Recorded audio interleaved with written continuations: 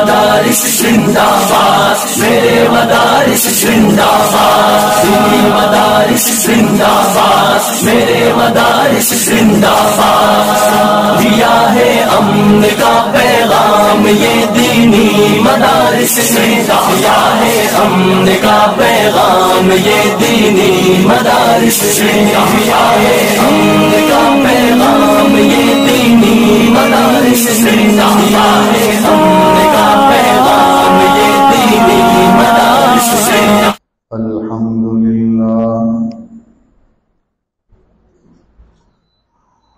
الحمد لله الذي هدانا لهذا وما كنا لنهتدي لولا أن هدانا الله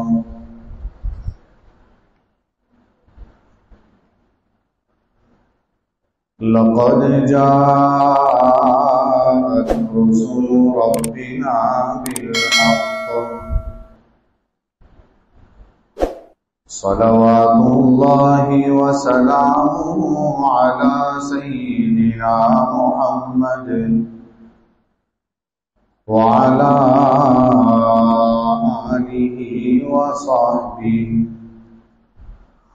وبارك وسلم تسليما كثيرا كثيرا. أما بعد، أعوذ بالله من الشيطان الرجيم. بسم الله الرحمن الرحيم. يا أيها الذين آمنوا قوا أنفسكم وأهليكم نارا وقودها الناس والحجارة عليها ملائكة غلاظ شداد لا يعصون الله ما أمرهم ويفعلون ما يؤمرون. صدق الله العظيم.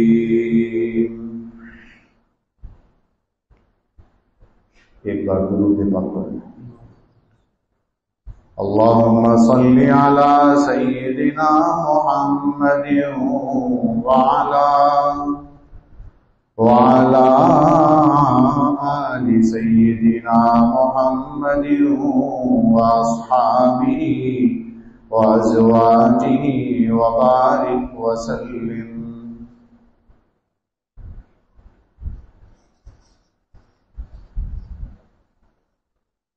بزرگوں اور دینی بھائیوں،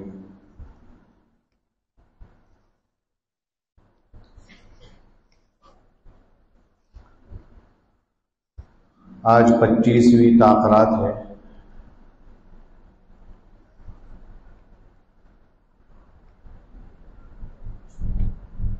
چند منٹوں میں آپ حضرات کی خدمت میں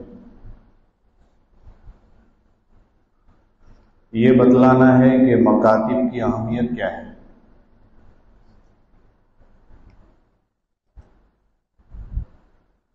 اس زمانے میں مکتب کی ضرورت کیوں ہے؟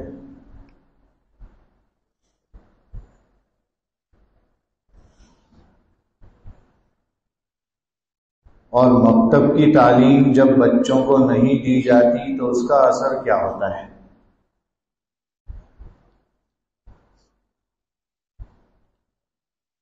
اتنا یاد رکھیے کہ مکاتب اس زمانے میں ڈوبتے کو تینکے کا سہارا ہے.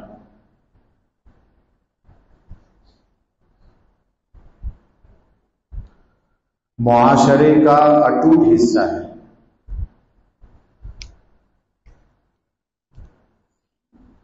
آسانی سے یہ کہہ دیتے ہیں کہ بچہ ہے کیا کر لے گا، لیکن یہی بچہ جب آگے چل کر باپ سے بھی آگے جاتا ہے تب سمجھ میں آتا ہے کہ بچہ کیا تھا اور مجھے کرنا کیا چاہیے تھا.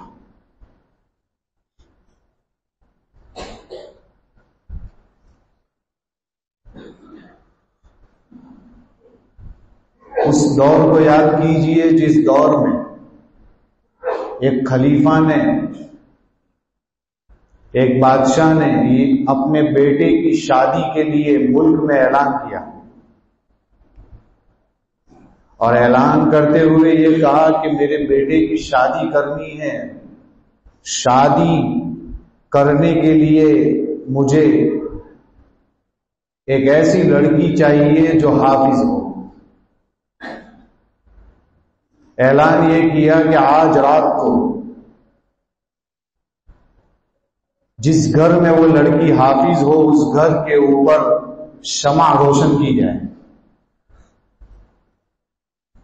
جس طریقے سے بھی ہوتی ہو اس زمانے میں، مطلب لائٹ لگائی جائے ایسا سمجھ لیجیے۔ جس گھر کی لائٹ جلے گی میں یہ سمجھوں گا کہ اس گھر میں کوئی لڑکی حافظ ہے،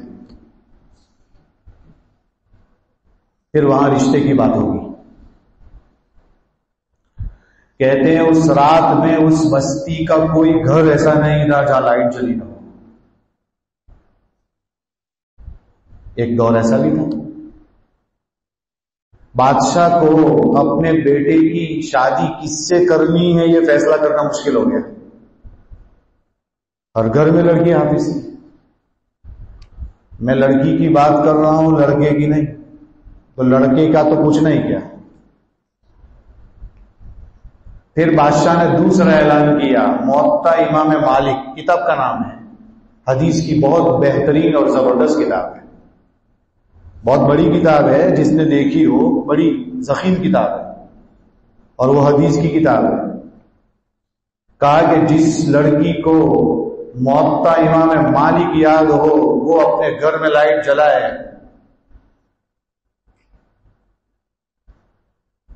کہتے ہیں کہ اس رات بھی کم سے کم آدھی بستی کی لائٹیں جلی تھی۔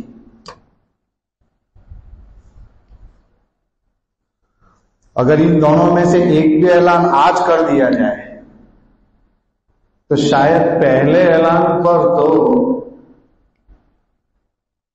کچھ نکل آئیں گے، ہم یہ تو نہیں کہتے کہ نہیں نکل سکتے، ایک آدھ دو گھر ایسے نکل آئیں گے جس گھر میں لڑکی حافظ ہو، لیکن دوسرا اعلان کیا جائے تو اندھیرا ہی ہوگا اور کچھ ہوگا نہیں اس کے علاوہ۔ میں اس دور کی اور اس دور میں فرق کی بات کر رہا ہوں۔ انسان کی زندگی میں 3 مرحلے آتے ہیں، بچپن، جوانی اور بڑھاپا۔ بہت اچھا کہنے والے نے کہا بچپن صحیح تو 55 صحیح، 55 یعنی 55 سال کی عمر، بچپن صحیح ہے تو 55 صحیح ہے اس کا، لیکن بچپن ہی گڑبڑ ہے تو 55 کیسا ہوگا گارنٹی نہیں۔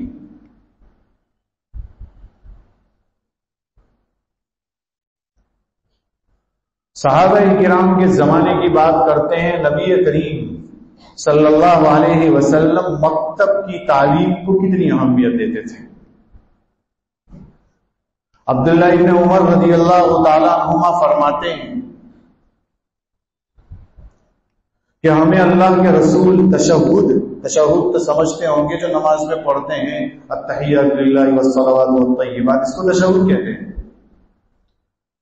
ہمیں اللہ کے رسول تشہد اس طرح سکھاتے تھے جیسے مکتب کا استاذ اپنے بچوں کو قرآن سکھاتا ہے۔ اس سے کیا نکلتا ہے نتیجہ؟ عبداللہ ابن عمر کے اس قول کے مطابق بات یہ نکلتی ہے مکتب ہوگا تبھی تو وہ مثال بھی دے رہے ہیں اس کی،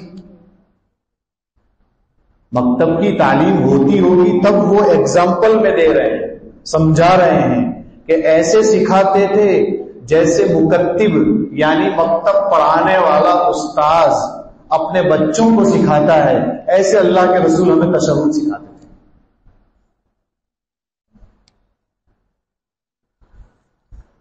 عبداللہ ابن عمر رضی اللہ عنہ آگے ایک اور بات ارشاد فرماتے ہیں، کہتے ہیں حضرت ابو بکر ہمیں منبر پر بیٹھ کر اس طرح سکھاتے تھے جیسے مکتب کا استاذ اپنے بچوں کو سکھاتا ہے۔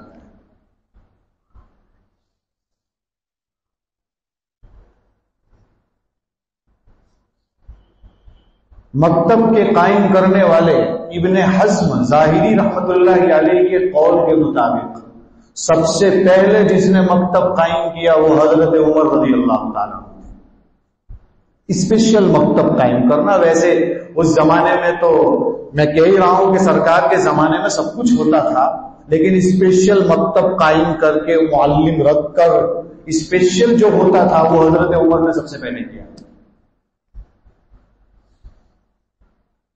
بلکہ حضرت عمر رضی اللہ تعالیٰ عنہ نے اپنے دور میں اپنے انڈر میں جتنے بڑے بڑے حکام اور بڑے بڑے لوگ تھے ان سب کو یہ خط لکھ کر بھیجا کہ جتنے علاقے ہیں وہاں مکتب قائم کرو، اور مکتب قائم کر کے وہاں ایک معلم رکھو پڑھانے والا، اور اس کو اس کے گھر کا گزارا ہو سکے اتنی تنخواہ دو. وظیفہ مقرر کیا. تو ایک فرما روا نے حضرت عمر کو یہ لکھا کہ یہ جو وظیفے والی بات آپ کر رہے ہیں تو پھر ایسا نہ ہو کہ کوئی معلم ایسا آئے کہ اس کی نظر وظیفے پر زیادہ ہے، مکتب پڑھانے کی طرف کم ہوگی تو اخلاص میں کمی آ جائے گی. حضرت عمر نے فرمایا پھر بھی اس کو وظیفہ دو، اس لیے کہ کم سے کم پڑھانے والے کا مقام بہت اونچا ہوتا ہے. شرافت، عظمت، بزرگی کو دیکھ کر دیا کرو. اندازہ لگا سکتے ہیں. تو حضرت عمر رضی اللہ تعالیٰ عنہ نے سب سے پہلے مکتب قائم کیا.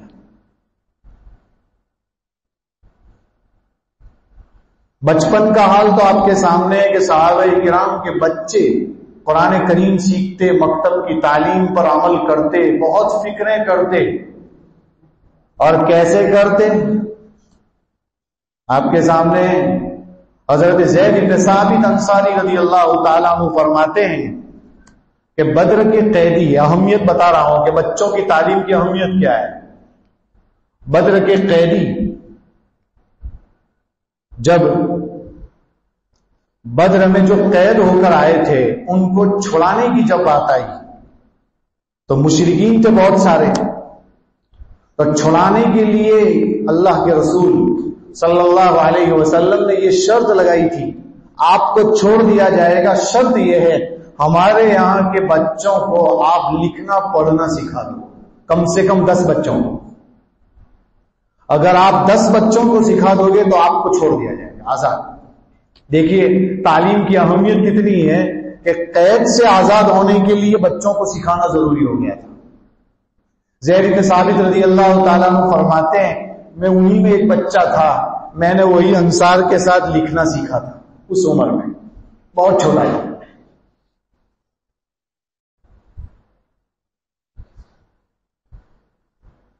سرکار کے زمانے کے جوان بھی ایسے تھے. حضرت ابو سعید خدری رضی اللہ تعالیٰ عنہ فرماتے ہیں کہ ہم جب بھی بیٹھ جاتے صحابہ کرام جوان جب بھی بیٹھتے تو آپس میں گفتگو دنیا کی نہ ہوتی، فقہ کی ہوتی، سمجھداری کی ہوتی، تعلیم کی ہوتی، یعنی ہمارے حلقے ہی اس پر لگتے تھے. اور ہمارے جوان اگر آپس میں بیٹھ جائے تو کون سی بات کریں گے؟ مجھے کہنے کی ضرورت نہیں. بوڑھے کی طرف جاتے ہیں، بڑھاپے کی طرف، کہتے ہیں کہ اکثر تعلیم حاصل کرنے عام میں سے زیادہ تر بڑھاپے والے لوگ آتے تھے صحابہ میں. 100 سال کی عمر سفیان ابن ثور رضی اللہ تعالیٰ عنہ 100 سال کی عمر میں اپنے بچے کو لے کر تعلیم حاصل کرنے آئے تھے. غور کیجیے. حضرت قبیصہ ابن مخارق کافی لمبی عمر ہو گئی، تقریباً 80 سے زائد صحابی ہیں رضی اللہ عنہ. وہ آئے اللہ کے رسول صلی اللہ علیہ وسلم کے پاس اور آ کر کہا اللہ کے رسول میری عمر بڑی ہو چکی ہے، کبیرہ سنی.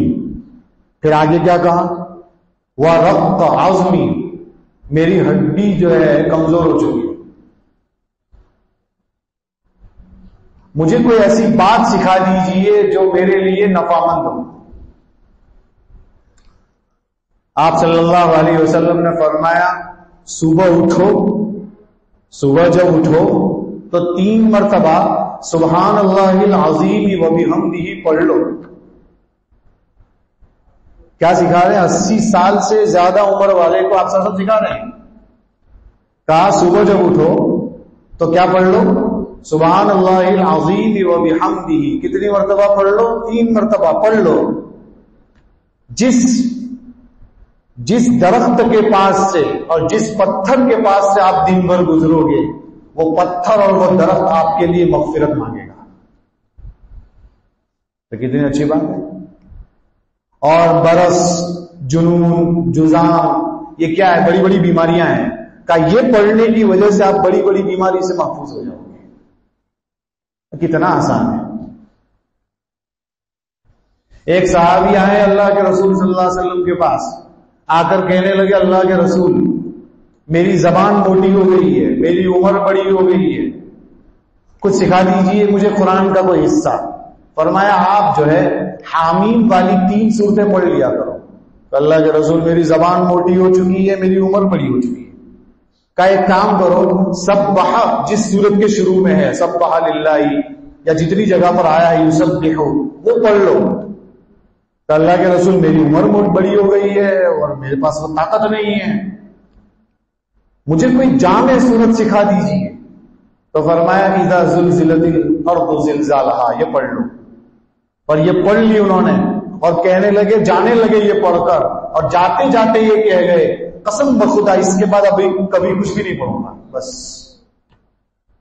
تو آپ صلی اللہ علیہ وسلم نے فرمایا افلح الزبیجی، یہ کامیاب ہو گیا. اتنا بھی پڑھ کے گیا تو کامیاب ہو گیا.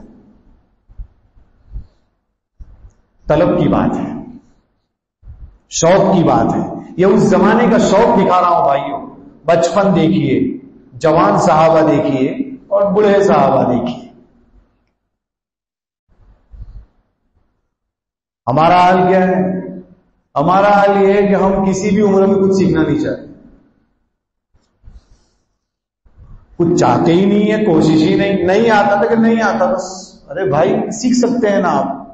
تو مولانا لگتا ہے آپ کو کہ میں سیکھ جاؤں گا؟ ارے بھائی لگتا ہے، آپ کا کام ٹرائی کرنا. کوشش تو کیجیے. کوشش کرنے میں کیا جائے گا؟ کہتے ہیں کہ بچپن میں جو سیکھ لیتا ہے وہ پتھر کی لکیر کی طرح ہوتا ہے. التعلم فی الصغر کالنقش فی الحجر. پتھر کی لکیر کیسے ہوتی ہے؟ کوئی مٹا نہیں سکتا اسے. کہ بچپن میں اگر اس کے خیالات درست ہو گئے، اس کی باتیں درست ہو گئی، اس کے کام بچپن میں درست ہو گئے، اس کی سوچ صحیح ہو گئی، تو یہ بڑی ہی عمر تک کام آئے گی.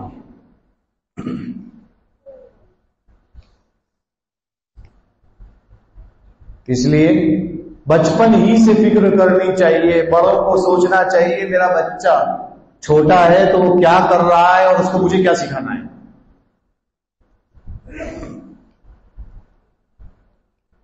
میں آپ کو چند بڑوں کا بچپن دکھاتا ہوں کہ ان کا بچپن کیسا تھا.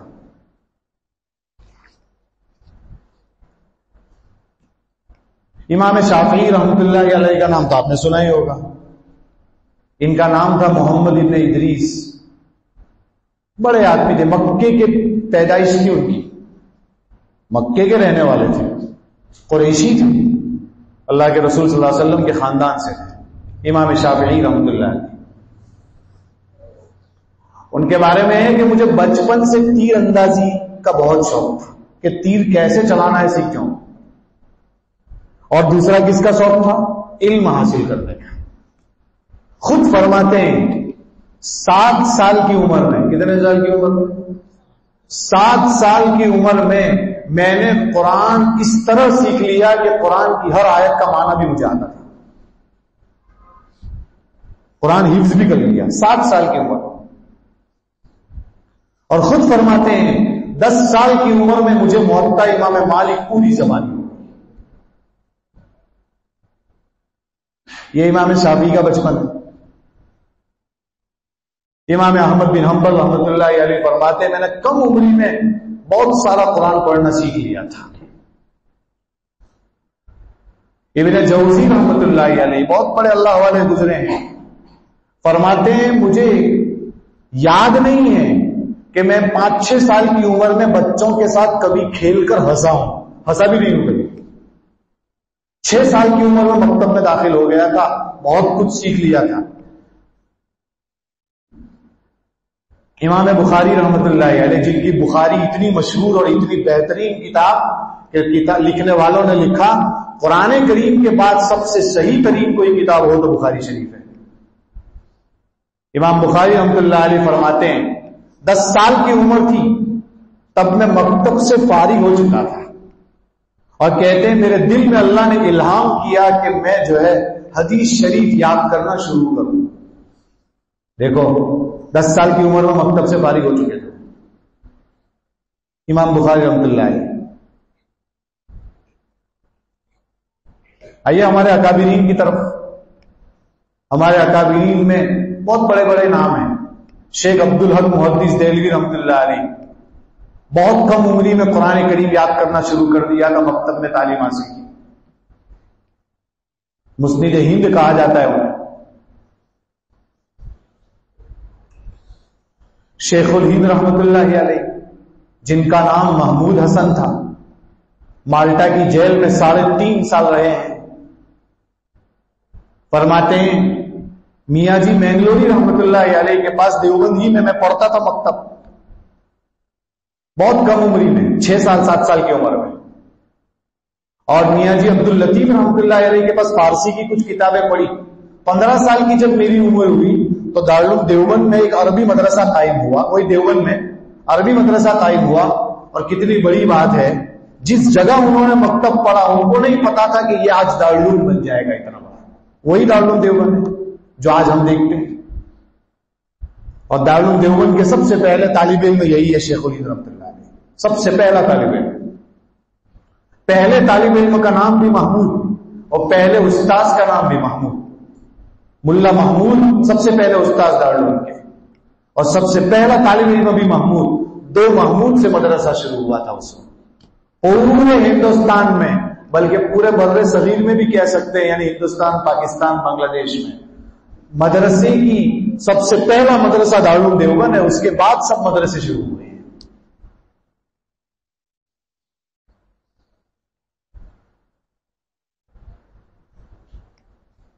مولانا خلیل احمد سہارنپوری رحمۃ اللہ علیہ کی حیات خلیل پڑھیے آپ.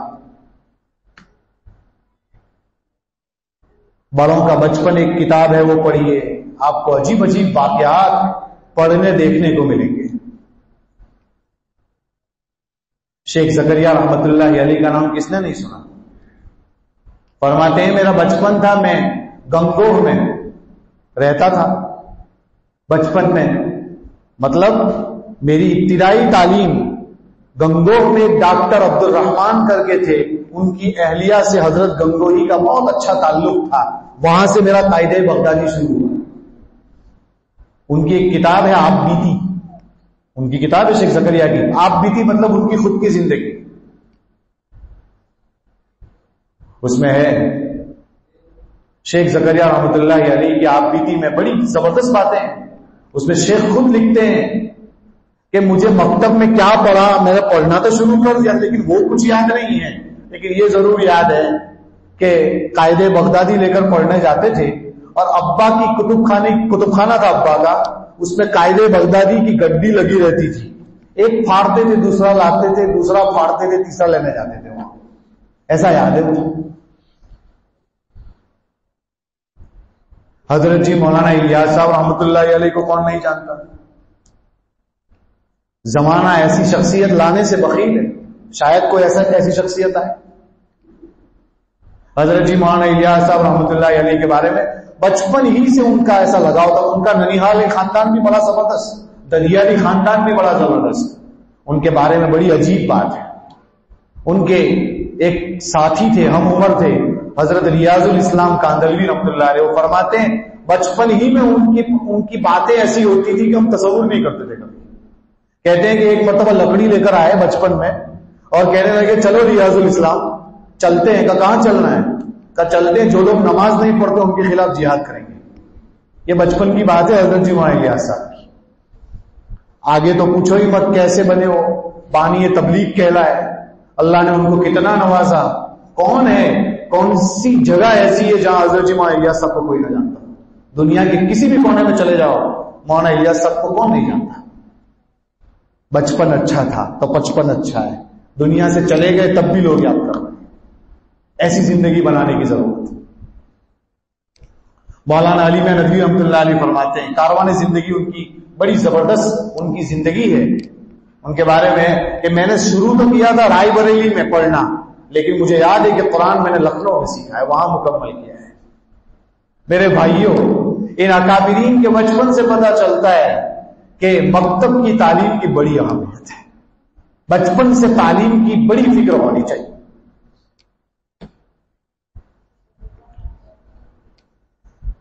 اسی لیے بتایا جاتا ہے، اسی لیے کہا جاتا ہے کہ یتیم صرف ایک عربی شاعر کا کہنا ہے، یتیم صرف وہ نہیں ہے جس کے ابا دنیا سے چلے گئے، بلکہ یتیم وہ بھی ہے کہ جس کی عمر کا کئی حصہ گزر چکا ہو اور وہ علم سے کورا ہو، اس کو بھی یتیم کہتے ہیں. آئیے ذرا اب ہم اپنے اصل مقصد کی طرف چلتے ہیں کہ مکتب میں پھر سیکھنا کیا ہے. حدیث کے اور قرآن کے اور حدیث کے مطالعے سے یہ پتہ چلتا ہے کہ صحابہ کرام اپنے بچوں کو 5 چیزیں سکھایا کرتے تھے، اور یہ 5 چیزوں کو لے کر جائیں کام کی چیزیں. جتنے بیٹھے ہیں صرف اتنا ارادہ کر لیں کہ ہم اپنے بچوں کی تعلیم کی فکر کریں گے. میرے بھائیوں، حالات اچھے نہیں ہیں. بچہ بگڑ گیا نا تو آپ کی نسلیں بگڑ گئی. جو ہم مسجد میں کبھی جہالت کے واقعات دیکھتے ہیں نا، اس کے پیچھے بچپن صحیح نہ ہونے کی بھی بہت بڑی وجہ ہوتی ہے. عجیب عجیب بچوں کو شروع سے کچھ سکھانا چاہیے.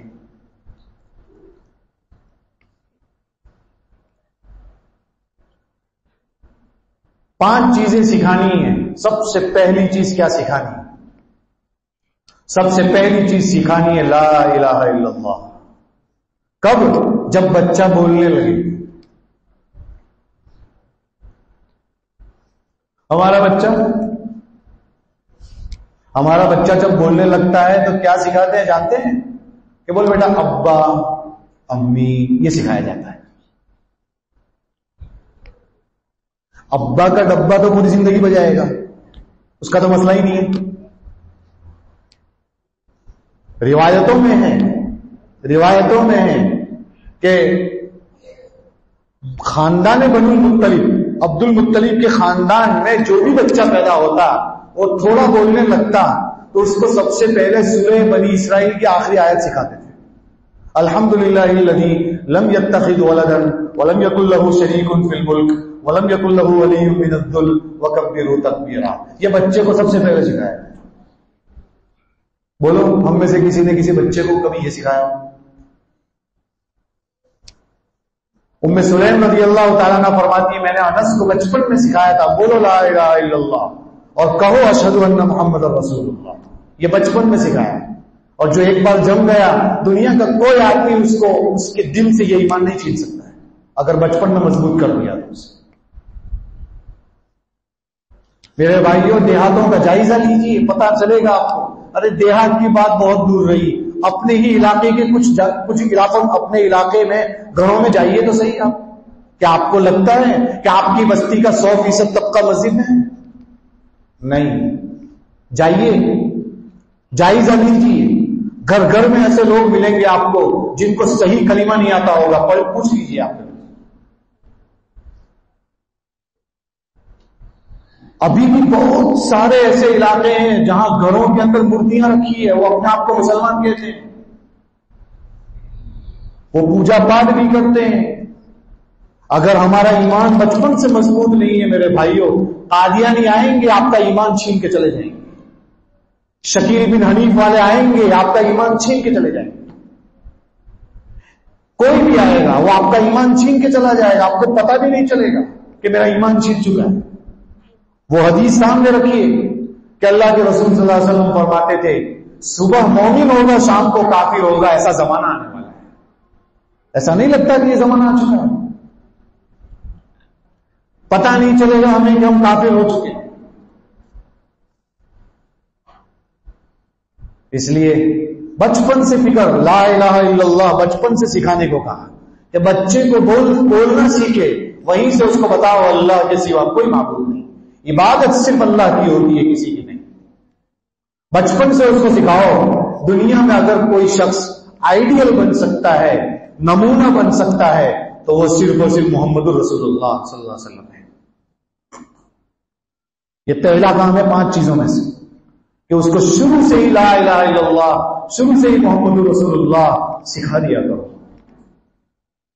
ہمارا بچہ 7 سال کا ہو جاتا ہے کلمہ نہیں آتا، 8 10 سال کا ہو جاتا ہے کلمہ نہیں آتا، گھر کا ماحول ایسا نہیں، تعلیم نہیں، باپ نے سیکھا نہیں، نہ سیکھنے کی کوشش کی، نہ سکھانے کی کوئی فکر۔ یہی ہے کہ ہم تو ڈوبے، صنم تم کو بھی لے کے ڈوبے، سب ڈوب جائیں گے، ایسا نہیں کرنا ہے بھائی۔ کچھ نہیں کیا، کم سے کم اولاد کے لیے تو کر لیجیے۔ تو سب سے پہلا کام جو سکھانا ہے وہ کیا سکھانا ہے؟ یاد رہے گا، میں پوچھوں گا آپ کو واپس کہ کیا سکھانا ہے؟ کیا سکھانا ہے؟ سب سے پہلے لا الہ الا اللہ سکھانا ہے۔ سب سے پہلے بچوں کو لا الہ الا اللہ سکھا دیجیے، یہ پہلا اسٹیپ ہے۔ دوسرا اسٹیپ، اس کے ساتھ ساتھ اسلام کے ارکان سکھانے ہیں، اسی کے ساتھ پہلے ہی میں آئے گا، ارکان اسلام سکھانے ہیں، اسلام کے ارکان بچوں کو۔ اسلام کے ارکان سے مراد عقائد کیا ہے؟ ابھی ہم پوچھ لیں کہ بتائیے اسلام کے عقائد کیا کیا ہے، 5 آدمی شاید کھڑے نہ ہوں جو بتا دیں۔ پوچھیں ابھی کسی کو کھڑے ہو کے بولیے ایمان مفصل، تو شاید پڑھتے نہ آئے۔ ایمان مفصل کیا کہہ رہا؟ آپ تو پہلی مرتبہ سنا ہوں، یہ کیا ہے ایمان مفصل؟ کچھ عقائد ہیں اس کے اندر کوئی کمپرومائز نہیں، کوئی شکل نہیں بچنے کی۔ آمنت باللہ، اللہ پر ایمان لایا، وملائکتہ، فرشتوں پر ایمان لایا، وکتبہ ورسلہ والیوم الآخر والقدر خیرہ وشرہ من اللہ تعالی والبعث بعد الموت۔ یہ ایسا عقیدہ ہے، اگر ایک مسلمان اس عقیدے کو نہیں جانتا ہے تو وہ کیا مسلمان ہے؟ یہ عقیدہ ہے۔ یہ کہاں سکھایا جائے گا؟ مکتب میں۔ اس کے لیے کیا کرنا پڑے گا؟ اپنے بچوں کو مکتب میں داخل کرنا پڑے گا، وہیں ملے گا یہ سب۔ یہ مولانا کہاں سیکھتے ہیں؟ 3 دن جماعت میں جا تو سکتے ہیں جماعت میں، لیکن کیا آپ کو لگتا ہے سب کچھ سیکھ کر آ جائے گا؟ نہیں، روزانہ کا مکتب بھی ضروری ہے۔ بچہ صبح شام مکتب میں جاتا رہے گا، مغرب بعد سبق یاد کرے گا، اس کی فکر کرے گا، تو پھر کچھ وقت کے بعد آپ کو لگے گا کہ بچہ کچھ سیکھ رہا ہے، کچھ کر رہا ہے۔ کتنی چیزیں ایسی ہوگی ماں باپ کو نہیں پتا ہوگی، بچہ سکھائے گا کہ ابا یہ پڑھنا ہے، ابا یہ پڑھنا ہے۔ تو عقائد سکھانے، اور یاد رکھیے عقائد اسلام میں ایسے ہیں جیسے آپ نے درخت دیکھا ہوگا، درخت دیکھا ہو تو درخت کے اندر کچھ چیزیں ہوتی ہیں۔ ایک تو درخت کی جڑ ہوتی ہے، پھر درخت کا تنا ہوتا ہے، پھر درخت کی ٹہنیاں ہوتی ہیں، ٹہنیوں پہ پھل آتے ہیں، پتے ہوتے ہیں، ٹھیک ہے؟ ان سب میں مجھے یہ بتا دیجئے، اگر درخت کی جڑ ہی نکال دی جائے تو کیا وہ ٹوٹے ہوئے درخت کے اوپر پھل آئیں گے؟ آ سکتے ہیں؟ کیا اس کی پتیاں ٹھیک ٹھاک رہے گی؟ کیا وہ درخت کہلانے کے قابل ہوگا؟ نہیں۔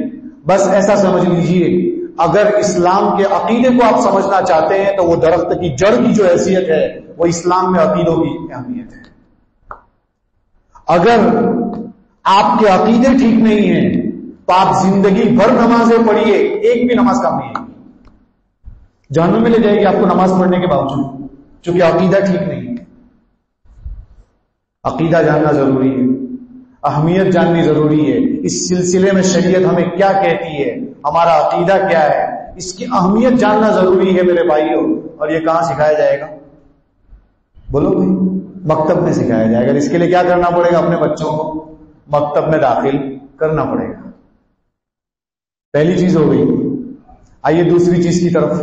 دوسری چیز جو 5 چیزیں صحابہ کرام اپنے بچوں کو سکھاتے تھے، ان میں دوسری چیز ہے نبی کریم صلی اللہ علیہ وسلم کی سیرت.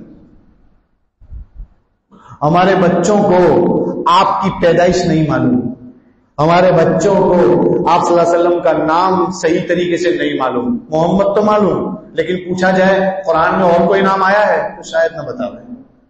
ہمارے بچوں کو آپ صلی اللہ علیہ وسلم کے والد کا، دادا کا، دادی کا، نانا کا، نانی کا، آپ کے خاندان کا تذکرہ نہیں معلوم.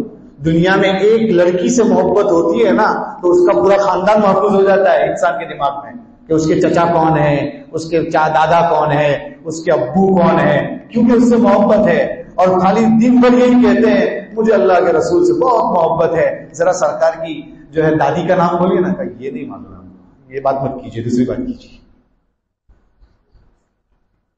آپ صلی اللہ علیہ وسلم نے ہجرت کتنی سال کی عمر میں کی نہیں معلوم. آپ صلی اللہ علیہ وسلم نے کتنی جنگیں لڑی نہیں معلوم. آپ صلی اللہ علیہ وسلم کی سیرت کے پوائنٹ بتائیے نہیں معلوم. آپ نے معراج کا سفر کیا تو آپ کے ساتھ کون تھا نہیں معلوم. جبرائیل آئے تھے، کتنی کتنی جگہوں پر رکے تھے نہیں پتا. اور دعویٰ کیا کرتے ہیں اللہ کے رسول سے بہت محبت ہے مجھے، بہت زیادہ. محبوب کا تذکرہ تو بار بار کرنا چاہیے، لیکن محبوب کی کوئی بات ہی یاد نہیں، کوئی چیز یاد نہیں. تو سیرت کی تعلیم بھی مکتب میں دی جاتی ہے، ابتدائی باتیں بتائی جاتی ہے کہ آپ صلی اللہ علیہ وسلم کون ہیں، پیغمبر ہیں، آخری نبی ہیں، بچپن آپ کا کیا تھا، کس نے آپ کو دودھ پلایا تھا، وہ عورتیں کون تھی خوش نصیب. یہ سب بتایا جاتا ہے کہ بچپن میں ہی بچہ محفوظ کرے گا تو آگے چل کر پتا چلے گا نا اسے. یہ سیرت نبوی کی تعلیم کہاں ملے گی آپ کو؟ مکتب میں ملے گی. اس لیے اپنے بچوں کو کہاں داخل کرنا پڑے گا؟ مکتب میں. اور خود بھی جا سکتے ہیں، غلط نہیں، خود بھی جا سکتے ہیں. کتنی چیزیں ہو گئی؟ 2. صحابہ کرام اپنے بچوں کو جو چند چیزیں سکھاتے تھے 5، اس میں سے کتنی چیزیں ہو گئی؟ 2 ہو گئی. نمبر 3 قرآن کریم کی تلاوت. تیسری چیز قرآن سکھاتے تھے. مکتب میں گئے تو قاعدہ بغدادی سے، نورانی قاعدے سے چلتے چلتے چلتے ہی تو آپ پہنچیں گے نا آگے قرآن تک. لیکن ابھی آپ دیکھیے کتنے، کسی کی 70 سال کی عمر، کسی کی 60 سال کی عمر، کتنے ایسے مل جائیں گے جن کو صحیح ڈھنگ سے قرآن پڑھنا بھی نہیں، ارے کھولا بھی نہیں ہوگا. جبکہ کیا ہے قرآن؟ کیا ہے پتا ہے نا آپ کو؟ قرآن اللہ کی جانب سے بندوں کے نام ایک لیٹر ہے، اور وہ لیٹر ہم نے کھولا ہی نہیں. کھولے تب پڑھیں گے نہیں کہ اس میں کیا لکھا ہے، پیغام کیا ہے ہمارے. محبوبہ کا لیٹر آئے تو، محبوبہ کا میسج آ جائے تو، نہیں آتا ہوگا تو اس کے پاس جائے کہ ذرا دیکھیں یہ کیا لکھا ہے، انگلش میں سمجھ میں نہیں آ رہا ہے مجھے، اس نے میرے لیے کیا لکھا ہے اس میں. اور جس سے محبت کرنی چاہیے وہ تو اللہ ہے، اسی نے تو پیدا کیا ہے. اگر وہ نہیں معلوم تو میرے بھائیوں کیا سیکھا؟ قرآن پڑھنا نہیں آتا. یہ واحد ایسی کتاب ہے جس کے بغیر سمجھے پڑھنے پر بھی نہیں کیا ہے. آپ کو کچھ بھی نہیں آتا سمجھتے، لیکن آپ نے پڑھ لیا الف لام میم، اتنا پڑھ لیا، اتنے پڑھنے پر 30 نیکی ملی آپ کو. ابھی اتنی اس سے بڑا رحیم رب کہاں سے لائیں گے ہم؟ رحمت والا رب ہے جو 3 حرف ایسے ہی پڑھ لیا تو 30 نیکی مل گئی. اور پھر وہ نیکیوں کے بھاؤ بڑھ جاتے ہیں. رمضان میں اور ڈبل 70 گنا، اور لمبا چوڑا ہے، حساب بھی نہیں لگا سکتا، اتنا بڑھ جاتا ہے. لیکن پڑھے تب نا. ابھی پوچھ لیا جائے 25ویں تاخرات ہے، کتنے ایسے ہیں جنہوں نے 5 قرآن مکمل کیے؟ دیکھو ابھی کوئی ملے گا. خوش نصیب ہوں گے 2-4 بیچارے، وہ تواضعاً تو چھپاتے بھی ہوں گے اپنے آپ کو، ایسے بھی ہو سکتے ہیں. لیکن میرے بھائیوں زیادہ تر ایسے ملیں گے جنہوں نے نہیں پڑھا ہوگا. اسلاف قرآن کریم کی فکر پہلے سے کرتے تھے. میں کس سے سنا چکا ہوں پہلے، 7 سال کی عمر میں امام شافعی نے قرآن حفظ کر لیا معانی کے ساتھ. میں آپ کو اس سے پہلے بتا چکا ہوں کہ شیخ زکریا جن کا نام ہم ہمیشہ لیتے ہیں فضائل اعمال، ان کے والد مولانا یحییٰ صاحب، ان کی دادی شیخ زکریا کی، وہ کہتی ہے، وہ شیخ زکریا فرماتے ہیں کہ میری دادی جان میرے ابا کو جب بچپن میں دودھ پلاتی تھی تو 2 سال کی عمر میں میرے ابا نے دودھ چھوڑا، اس وقت میرے ابا 6 رکوع قرآن کی حفظ کر چکے تھے 2 سال کی عمر میں. کیوں؟ اس لیے کہ دودھ پلاتے پلاتے وہ قرآن پڑھتی تھی، اور آج دودھ پلاتے پلاتے سیریل دیکھتی ہے. آج دودھ پلاتے پلاتے مووی دیکھتی ہے، آج دودھ پلاتے پلاتے گانے گاتی ہے. یہ حال. کبھی بچہ کیا بنے گا؟ مولوی نہیں بن سکتا، ایکٹر بنے گا. سمجھ لیجئے گا، گانا گانے والا بنے گا، چونکہ وہی اثر جائے گا اس کے اندر، وہی اثر جائے گا. پہلے دنوں سے قرآن کی پڑھنے کا اہتمام. قرآن عبداللہ ابن عباس رضی اللہ تعالیٰ عنہما فرماتے ہیں نبی کریم صلی اللہ علیہ وسلم کا جب انتقال ہوا میری عمر بہت کم تھی، لیکن اس عمر میں نے آخری منزل پوری یاد کر لی تھی. یعنی سورہ حجرات سے لے کر اخیر تک آخری منزل اسی کو کہتے ہیں، وہ سب یاد کر لیا تھا. اور ایسے تو کئی صحابہ ہیں جنہوں نے، آپ جانتے ہی حضرت عائشہ قرآن کی حافظہ تھی. سرکار کا انتقال ہوا تو ان کی عمر کتنی تھی؟ صرف 18 سال. صرف 18 سال حضرت عائشہ کی. تو کتنی چیزیں ہو گئی؟ 3. قرآن کی تلاوت. یہ کہاں سیکھنے کو ملے گی بھائی؟ مکتب میں. تو کہاں سے شروع کرنا پڑے گا؟ اپنے بچوں کو پہلے مکتب ہی میں لے جانا پڑے گا، اور کم عمری میں لے جائیں گے تو جلدی آئے گا. علماء لکھتے ہیں کہ لڑکیوں کو 10-12 سال کی عمر سے پہلے ہی قرآن یاد کر لینا چاہیے، پڑھ لینا چاہیے، ورنہ اس کے بعد بہت مشکل ہوگا. بچوں کو بھی 10-12 سال کی عمر سے پہلے ہی قرآن یاد کرا دینا چاہیے، قرآن پڑھا دینا چاہیے. اور مشکل نہیں ہے.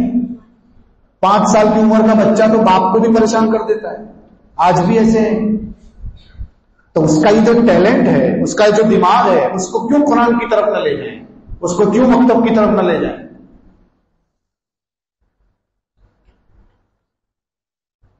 3 چیزیں ہو گئی.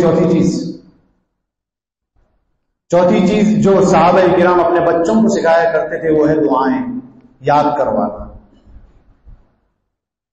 جی، مسجد میں داخل ہونے کی دعا، مسجد سے باہر نکلنے کی دعا، کھانا کھانے کی دعا، کھانا کھانے سے فارغ ہونے کی دعا، کھانا کھاتے ہوئے بسم اللہ بھول جائے تو اس کی دعا، بیت الخلاء میں داخل ہونے کی دعا. بولو جتنے جوان ہیں کتنے ہیں جو بیت الخلاء میں جاتے ہوئے دعا پڑھ کے جاتے ہیں؟ کتنے ہیں جو الٹے پیر سے جاتے ہیں؟ پہلے کوئی اہتمام نہیں میرے بھائیوں. تو پھر حالات نہ آئے تو کیا آئے گا؟ اللہ کے رسول اتنے رحیم تھے ہمارے لیے، سب سکھا کر گئے. بتایا کہ اگر آپ بیت الخلاء میں جاتے ہوئے دعا پڑھ لو بسم اللہ اللہم انی اعوذ بک من الخبث والخبائث، تو شیطان اور جنات اور جتنے سرکش چیزیں ہیں بیت الخلاء میں آپ کی کوئی کچھ بھی نہیں کر سکتا، سب سے حفاظت ہو جائے گی.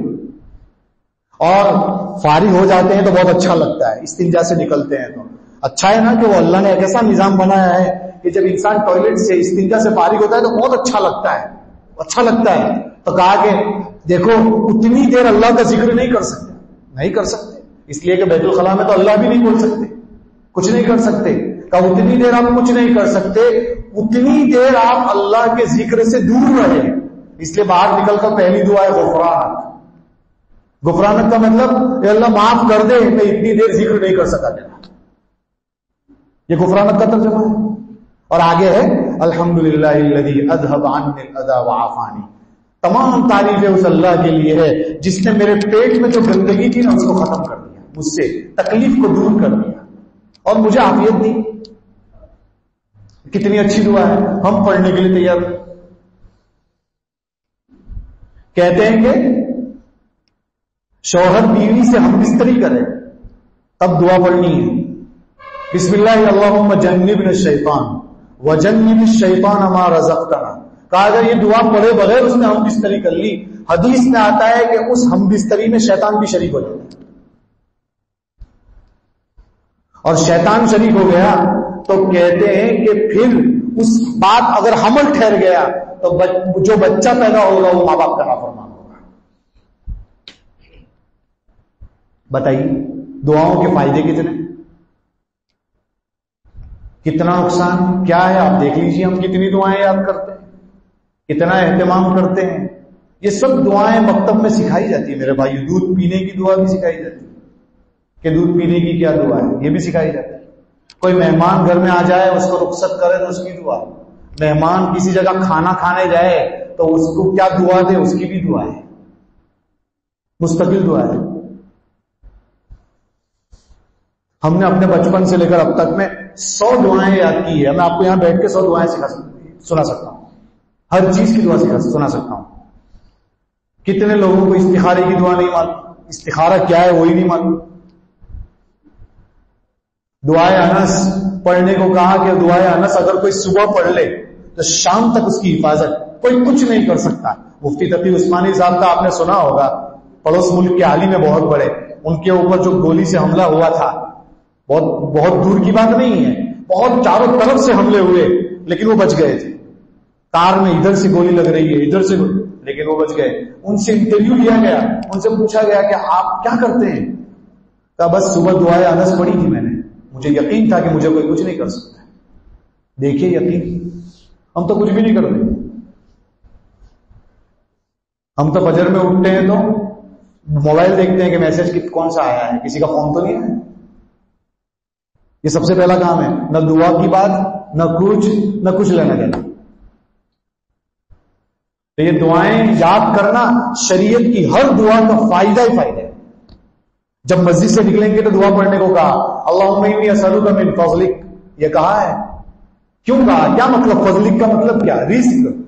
یعنی اللہ تو نے بلایا تھا اللہ اکبر اذان سے, ہم آ گئے مسجد میں, اب جا رہے ہیں دنیا کی طرف, روزی کہنے والا تو ہی ہے, میں تجھ سے روزی مانگتا ہوں. یہ دعا کر کے باہر نکلا, کیا اس کے کاروبار میں برکت نہیں ہوگی؟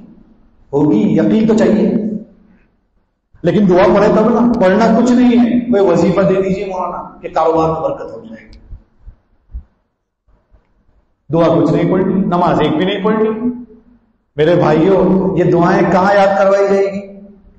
مکتب میں. اس لیے بچوں کو کہاں داخل کرنا پڑے گا؟ مکتب میں. کتنی چیزیں ہو گئی؟ 4. آخری چیز, 5ویں چیز اخلاق و آداب.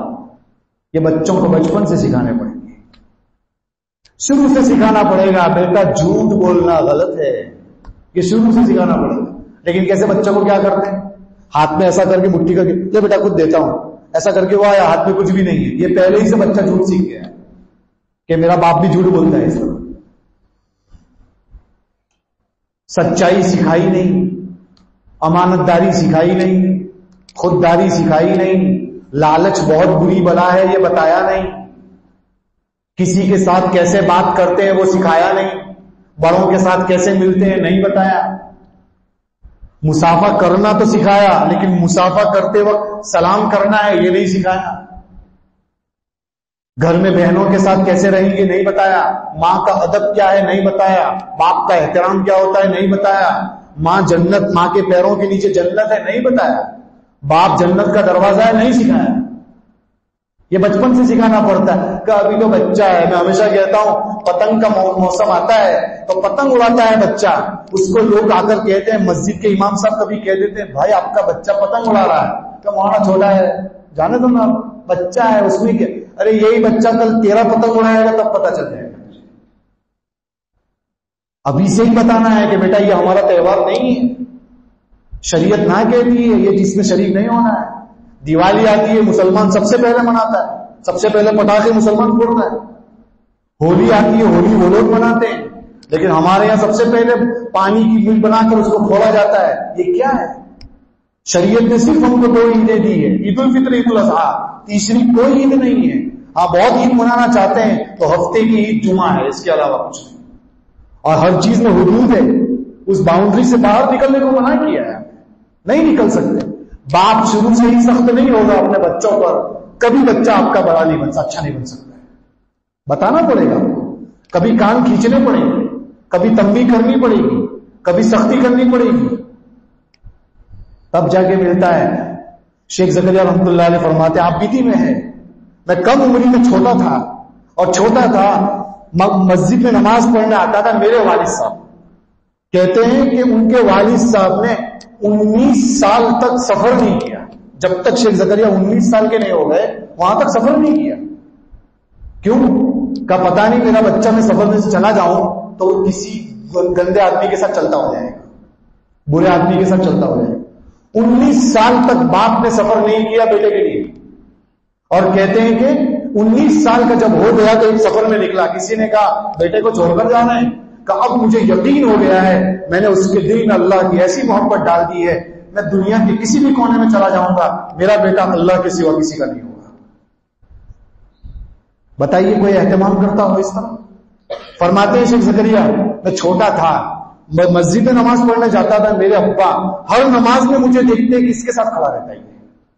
کہتے ہیں اگر ظہر کی نماز میں مثال کے طور پر عرفان نام کے لڑکے کے ساتھ کھڑا تھا، اگر عصر کی نماز میں بھی اسی عرفان کے ساتھ میں کھڑا ہوں تو درمیانی نماز میں لاٹھی مارتے تھے۔ معلوم یہ ہوا کہ تیرا دوست ہے، کیوں دونوں نماز میں تیرے ساتھ کھڑا ہے؟ دوستی کسی کے ساتھ نہیں ہونی چاہیے۔ دیکھیے کیسی فکر، کیسی تعلیم۔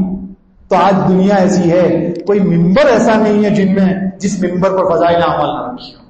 بچپن اتنا اچھا تھا ان کا، ایسی زندگی گزار کر آئے، ایسا پڑھ کر آئے، تو کیا سکھانا ہے؟ اخلاق۔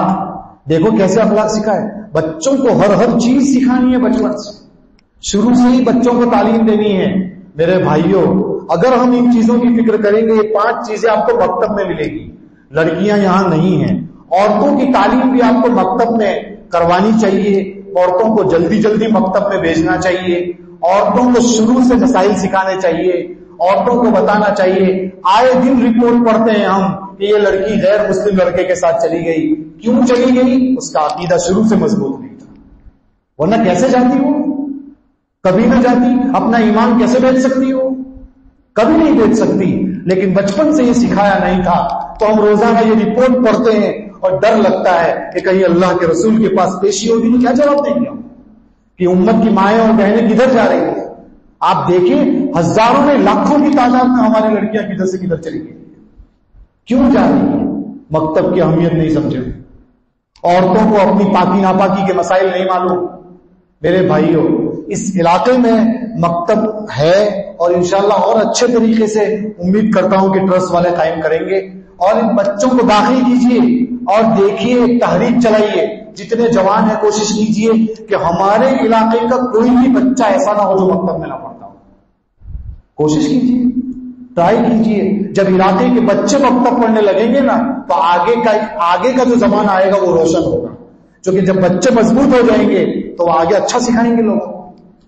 لیکن یہیں سے ضرورت ہے، ٹرسٹ والے کچھ جو ہے عورتوں کا مدرسہ بھی شروع کرنے والے ہیں جیسا کہ مجھے بتایا گیا، تو اس میں بھی اپنے گھر کی مستورات کو بھیجیے، شوق دلائیے، اپنے بچوں کے لیے فکر کیجیے۔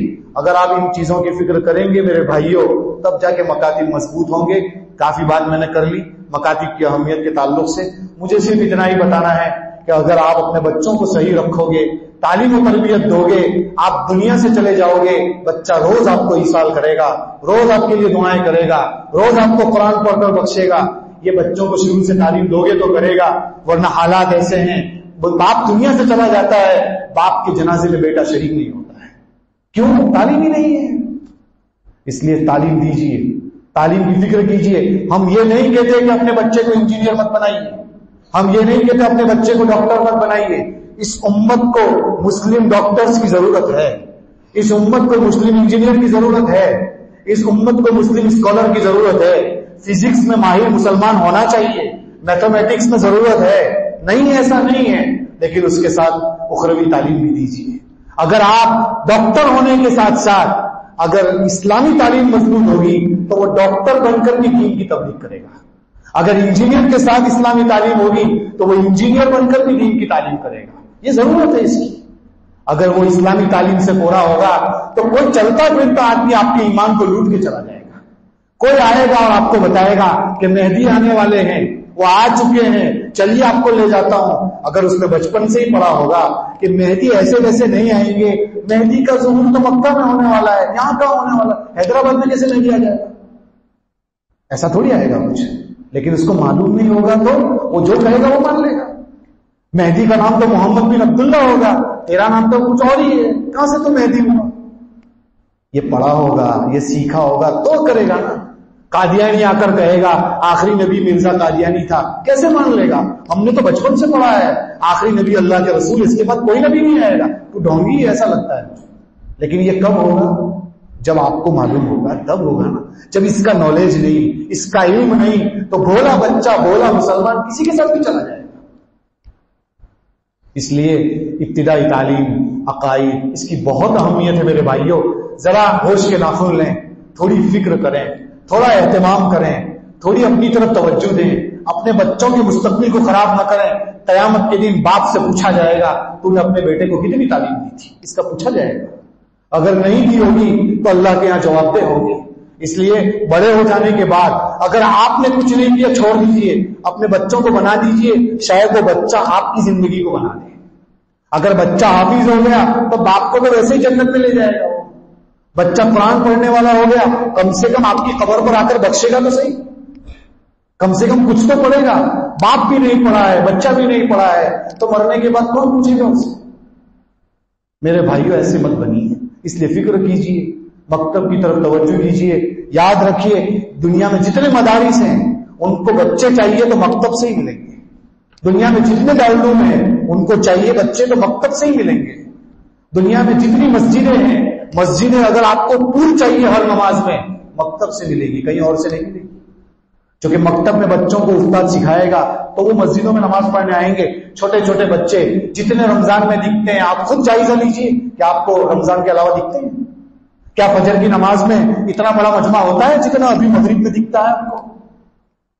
اسی لیے وہ یہودی نے کہا تھا کہ جمعہ میں جتنا بڑا مجمع نظر آتا ہے، اگر اتنا بڑا مجمع فجر کی نماز میں نظر آ جائے گا، میں یقین سے کہتا ہوں دنیا میں ایک بھی یہودی نہیں رہے گا. لیکن یہ کب ہوگا؟ یہ کب ہوگا؟ یہ اس وقت ہوگا جب ہم ہر ایک آدمی اپنا سوچے. یہ نہ سوچے کہ تیرے بچے کو تو لے جا. ارے بھائی تو اپنا ہی کر لے. تو نے اپنے بچے کی کتنی فکر کی؟ تو نے اپنے گھر کے ماحول کی کتنی فکر کی؟ اپنے لیے تو نے کیا کیا کیا؟ سوچیے تو صحیح آپ کہ کیا میں اکابرین کے اس طرز پر چل رہا ہوں؟ کیا میں وہ صحابہ اکرام والا ماحول، میں نے آپ کو وہ قصہ سنایا کہ اس دور کو یاد کیجیے جس دور میں وہ بادشاہ اعلان کر رہا ہے کہ میرے بیٹے کی شادی کرنی ہے، جس گھر کے اندر لائٹ جلے گی میں سمجھوں گا کہ اس گھر میں لڑکی حافظ ہے، میں اپنا رشتہ، بیٹے کا رشتہ وہاں بھیجوں گا. سوچئے کہ اس دن کیا ہوا تھا، پورے شہر کی اور پورے علاقے کی ہر گھر کی لائٹ روشن ہوئی تو سب لڑکیاں حافظ کی ہر گھر کی. اور دوسرا اعلان پھر بادشاہ نے کیا کہ یہ تو مشکل لگ رہا ہے، اس کو پکڑوں کون سی لڑکی کو لے کر آؤں اپنے بیٹے کے لیے. تو دوسرا اعلان یہ کیا جس کو موطا امام مالک زمانی ہو، جس لڑکی کو، وہ اپنے گھر کی لائٹ روشن کرے. تو اس رات کی آدھی بستی کے گھر کی لائٹ روشن تھی اس دور میں. تو کتنی لڑکیوں کو موطا امام مالک یاد ہوگی؟ اور میں نے ابھی آپ کو بتایا ابھی یہ اعلان کیا جائے تو، اگر ابھی یہ اعلان کیا جائے جس گھر میں لڑکی حافظ ہو میں اپنے بیٹے کا رشتہ وہاں کراؤں گا، مشکل سے 2-3 گھر بھی نظر آ جائے لڑکی حافظ. اور اگر دوسرا اعلان کیا جائے تو موطا امام مالک والا تو جتنا اندھیرا ہے اس سے ڈبل اندھیرا ہو جائے گا میرے خیال سے.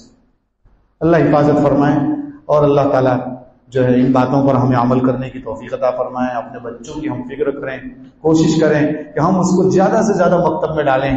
صحابہ کرام سرکار کے زمانے ہی سے مکتب کی فکر ہوا کرتی تھی، آج تک ہو رہی ہے. مکاتب حضرت حاجی امداد اللہ مہاجر مکی رحمت اللہ علیہ فرمایا کرتے تھے کام تو ہم نے بہت کیے لیکن میں جس کام پر نجات سمجھتا ہوں مجھے یقین ہے کہ جو مکاتب ہم نے قائم کیے اسی پر ہماری نجات ہو جائے گی، اللہ کے یہاں چھٹکارا ہو جائے گا. تو جو علاقے کے لوگ مکتب کی فکریں کر رہے ہیں، جوانوں سے درخواست کرتا ہوں سپورٹ کیجئے، اپنی نسل کو بنائیے، کچھ اپنی نسل کو درست کیجئے، جہالت کو ختم کیجئے. یاد رکھیے میں ہمیشہ کہتا ہوں آپ صلی اللہ علیہ وسلم کے زمانے سے پہلے کو زمانے جاہلیت کہتے ہیں. کیوں کہتے ہیں اس کو؟ کیوں کہتے ہیں آپ کو معلوم ہے کیا اس زمانے میں زنا عام نہیں تھا؟ ہاں. اس زمانے میں چوری عام نہیں تھی؟ اس زمانے میں ایک دوسرے کا مرڈر نہیں ہوتا تھا؟ ہوتا تھا. اتنی بات پر اوس اور خزرج کی لڑائی تو بہت مشہور ہے، لمبی لمبی لڑائیاں ہوتی تھی. لیکن کبھی آپ نے سنا کہ اس زمانے کو یوں کہا گیا اس زمانے زنا، ایسا کہا؟ زمانے شراب ایسا کہا گیا ہے؟ نہ ایسا نہیں کہا گیا. زمانہ سرقہ یعنی چوری کا زمانہ ایسا کہا گیا؟ نہ ایسا نہیں کہا گیا. کیا کہا گیا؟ زمانہ جاہلیت. کیوں کہا؟ کہا کہ یہ جو کچھ ہو رہا ہے نا، زنا شراب جو کچھ، یہ جہالت کی وجہ سے ہو رہا ہے. ایک ہی چیز ہے جڑ، جہالت ہے تو شراب پی رہا ہے، جہالت ہے تو زنا کر رہا ہے، جہالت ہے تو مرڈر کر رہا ہے، جہالت ہے تو قتل کر رہا ہے. یہ جہالت کی وجہ سے ہو رہا ہے. تو میرے بھائیوں جہالت کو ختم کیجئے، علم کے لیے کوشش کیجئے. بڑے بھی سیکھ سکتے ہیں، جیسا کہ میں نے بوڑھے صحابی کا کہا کہ میری زبان موٹی ہو گئی، زبان موٹی کے ہو گئے اللہ کے رسول مجھے کچھ سکھا دیجئے. تو آپ نے کیا سکھایا تھا؟ سبحان اللہ العظیم وبحمدہ 3 بار صرف صبح پڑھ لو. فرمایا جس درخت کے پاس سے اور جس پتھر کے پاس سے گزرو گے وہ پتھر اور درخت آپ کے لیے استغفار کرے گا. یہ کہا تھا. اور وہ ایک بڑے صحابی نے آ کر کہا, بوڑھے صحابی, میں نے آپ کو سفیان ابن ثور کا بتایا 100 سال کی عمر میں اپنے بیٹے کو لے کر آئے تھے, اور ایک صحابی کا بتایا اللہ کے رسول میری زبان ایسی ہو گئی ہے کہ میں نہیں بتا سکتا, آپ مجھے بتا دیجئے کہ میں کیا پڑھوں قرآن میں سے. آپ نے فرمایا حامیم والی صورتیں پڑھ لیجیے.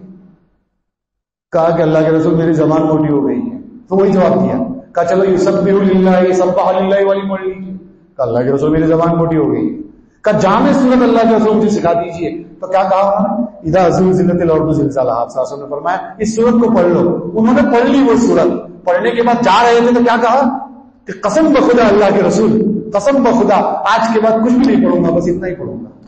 تو آپ صلی اللہ علیہ وسلم نے فرمایا قد افلح الرویجل, یہ کامیاب ہو گیا, اپنے مقصد میں کامیاب ہو گیا. اس عمر میں اتنا سیکھنے آیا, یہی بہت. بتائیے ہمارے بوڑھے اس کی فکر کرتے ہیں کہ نہیں آتا تھا کہ نہیں آتا, جانتا ہوں نا نہیں آ رہا ہے مجھے. بچہ نہیں کرتا, جوان نہیں کرتے, بڑے نہیں کرتے, تو کرے گا کون؟ کچھ کیجئے میرے بھائیوں, کوشش کیجئے. اللہ تعالیٰ ان باتوں پر سب سے پہلے مجھے عمل کرنے کی توفیق عطا فرمائے, پھر ہم سب کو اس پر عمل کرنے کی توفیق عطا فرمائے. آمین. وآخر دعوانا الحمدللہ رب العالمین. سبحانک اللہم وبحمدک وتبارک اسمک وتعالی جدک ولا الہ غیرک. اللهم لك الحمد كله ولك الشكر كله ولك الملك كله بيدك الخير كله وإليك يرجع الأمر كله لا إله إلا أنت سبحانك إني كنت من الظالمين. اللهم صل على سيدنا محمد وعلى آل سيدنا محمد طب القلوب ودوائها ونور الأبصار وضيائها وصحة الأبدان وشفائها. يا مقلب القلوب ثبت قلوبنا على دينك. يا مصرف القلوب صرف قلوبنا إلى طاعتك. یا اللہ ہمارے گناہوں کو معاف فرما, خطاؤں سے درگزر فرما. یا اللہ ہمیں اپنے بچوں کی فکر کرنے کی توفیق عطا فرما, مکاتب کے اندر بھیجنے کی توفیق عطا فرما. یا اللہ دینی تعلیم سے آراستہ ہونے کی توفیق عطا فرما. یا اللہ علاقے سے جہالت کو ختم فرما. یا اللہ جو لوگ کوششیں کر رہے ہیں ان کی کوششوں کو قبول فرما. جو لوگ اپنے پیسے لگا رہے ہیں اللہ ان کے پیسے کو دنیا اور آخرت میں قبول فرما, ان کا لگانا قبول فرما, ان کا خرچ کرنا قبول فرما. یا اللہ جتنے علماء ہیں یا اللہ ان کو چاق و چوبند بنا, چست بنا.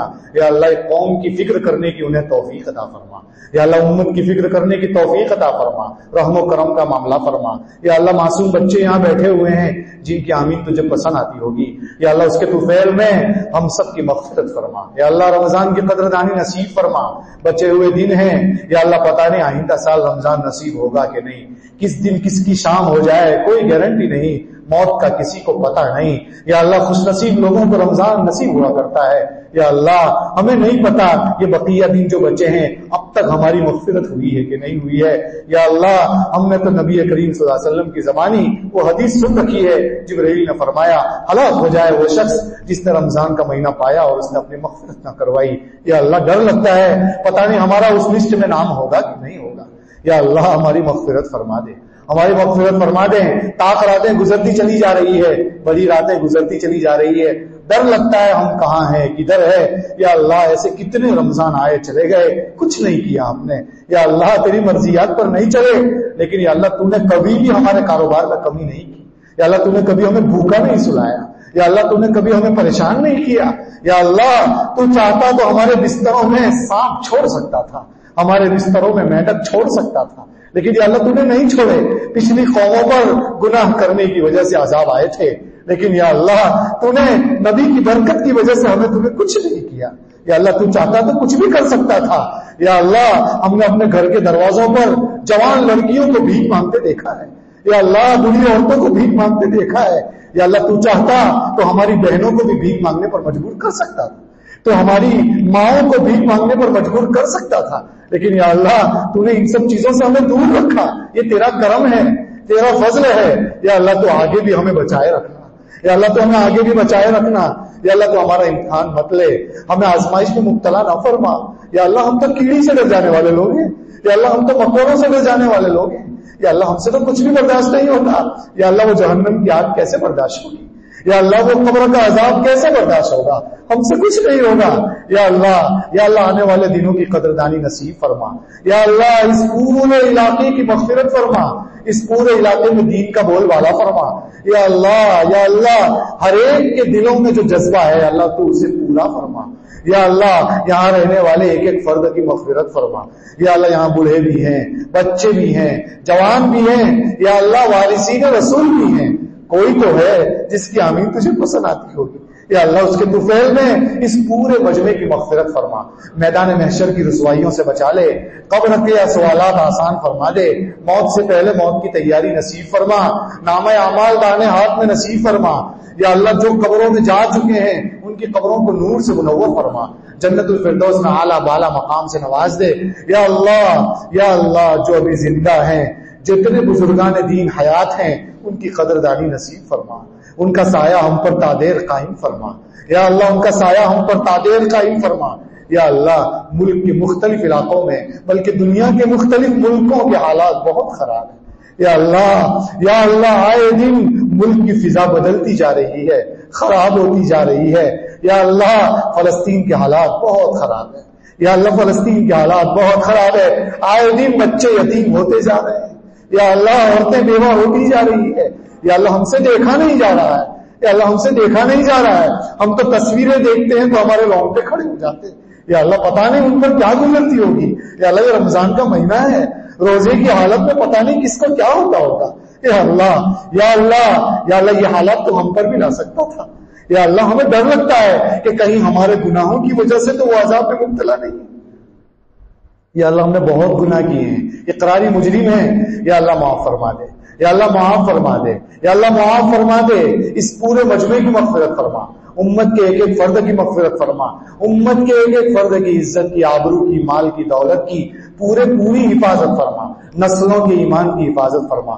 یا اللہ ٹھہر ٹھہر جگہ جگہ پر مکتب قائم کرنے والا بنا مکتب میں بچوں کو یا اللہ بھر دے بچوں سے پورا مکتب بھر دے یا اللہ جو علماء کوشش کر رہے ہیں یا اللہ ان کو اور صحت کاملہ نصیب فرما یا اللہ ان کی عمروں میں برکتیں نازل فرما یا اللہ اس پورے مجمع کی مغفرت فرما یا اللہ جب تک زندہ رکھے ایمان پر زندہ رکھ وقت آخر ہو کلمے والی موت نصیب فرما یا اللہ یہ دعائیں اپنے فضل و کرم حبیب پاک صلی اللہ علیہ وسلم کے طفیل منظور فرما برحمتک یا ارحم